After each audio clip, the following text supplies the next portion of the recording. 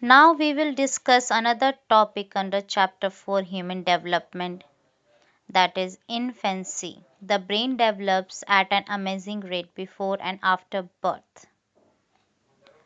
We have discussed earlier in the chapter 3 that about the parts of the brain and the important role played by cerebrum in human functions such as language, perception and intelligence. Just before birth, the newborns have most but not all brain cells. In general,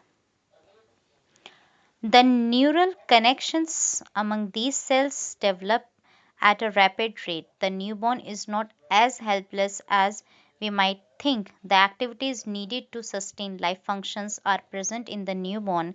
It breathes, sucks, swallows, and discharges the bodily waste.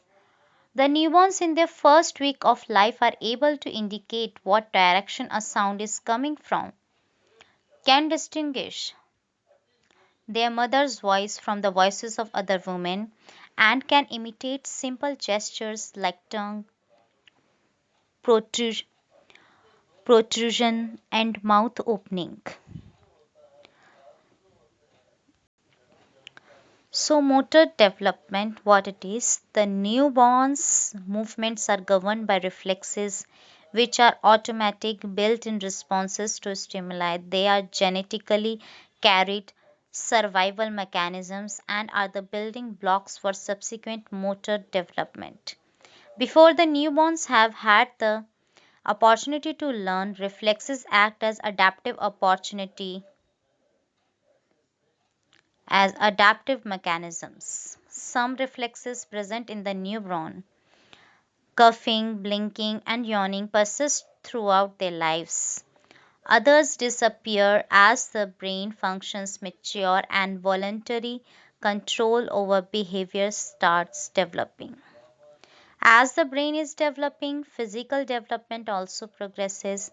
As the infant grows, the muscles and nervous system mature, which leads to the development of finer skills.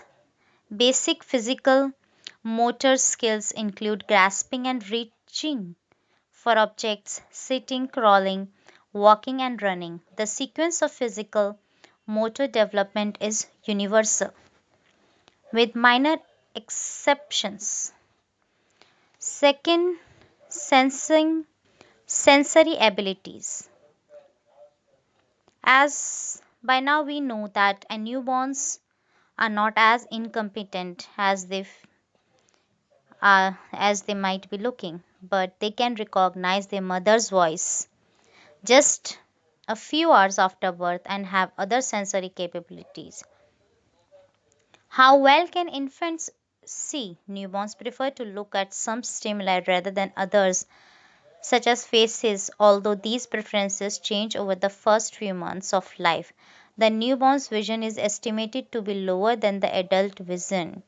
By 6 months, it improves, and by about the first year, vision is almost the same as that of an adult. Can a newborn see color? So, yes, the current consensus information is that they might be able to distinguish between red and white colors, but in general, they are color deficient, and full color vision develops by 3 months of age. What is the nature of hearing in newborns? Infants can hear immediately after birth. As the infant develops, proficiency at localizing sound improves. Newborns respond to touch and they can even feel pain. Both smell and taste capacities are also present in the newborn. Next is the cognitive development. Does a 3-year-old child understand things the same way as would an 8-year-old? Jean Piaget stressed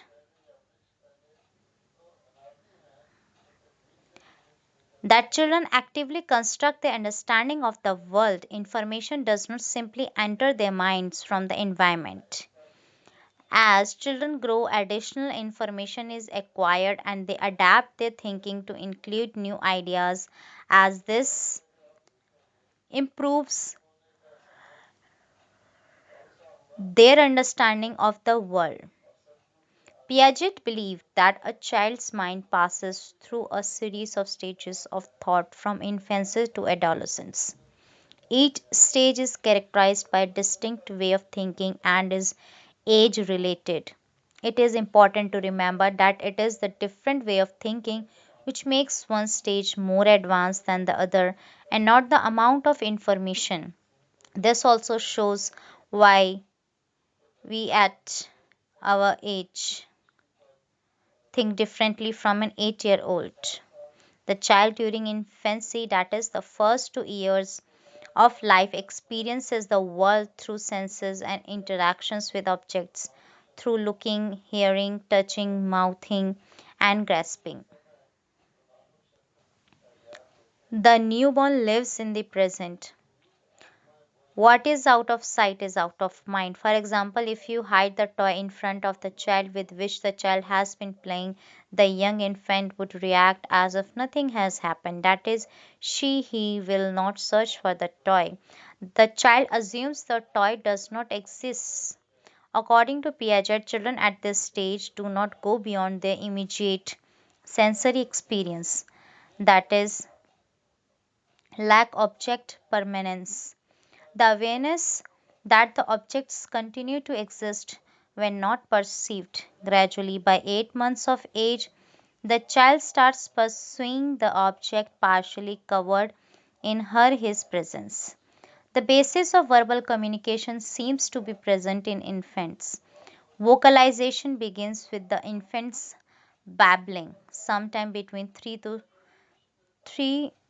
to 6 months of age. Now the socio-emotional development. Babies from birth are social creatures. An infant starts preferring familiar faces and responds to parents' presence by cooing and gurgling. They become more mobile by 6 to 8 months of age and start showing a preference for their mother's company.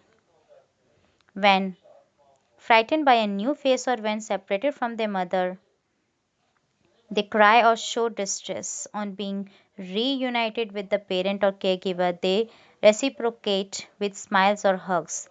The close emotional bond of affection that develop between infants and their parents, caregivers, is called attachment. In a classic study by Harlow and Harlow, 1962, baby monkeys were separated from their mothers approximately 8 hours after birth. The baby monkeys were placed in experimental chambers and reared for 6 months by surrogate substitute mothers, one made of wire and the other of cloth. Half the baby monkeys were fed by the wire mother, half by the cloth mother. Regardless of whether they were fed by the wire or the cloth mother, the baby monkeys showed a preference for the cloth mother and spent a lot more time with her. This study clearly demonstrates that providing nourishment or feeding was not crucial for attachment and contact comfort is important. You too may have seen that young children having a strong attachment to a favorite toy or blanket. There is nothing unusual in this, as the children know that the blanket or toy is not their mother, yet it provides them comfort. As children grow and become more sure of themselves, they abandon these objects. Human babies also form an attachment with their parents or caregivers who consistently and appropriately reciprocate to their signals of love and affection. According to Eric Erikson, 1968, the first year of life is the key time for the development of attachment. It represents the stage of developing trust or mistrust. A sense of trust is built on a feeling of physical comfort, which builds an expectation of the world as a secure and good place. An infant's sense of trust is developed by responsive and sensitive parenting. If the parents are sensitive, affectionate, and accepting, it provides the infant a strong base to explore the environment. Such infants are likely to develop a secure attachment. On the other hand, if parents are insensitive and show dissatisfaction and find fault with the child, it can lead to creating feelings of self doubt in the child. Securely attached infants respond positively when picked up, move freely, and play, whereas say insecurely attached infants feel anxious when separated and cry due to fear and get upset. A close interactive relationship with warm and affectionate adults is a child's first step towards healthy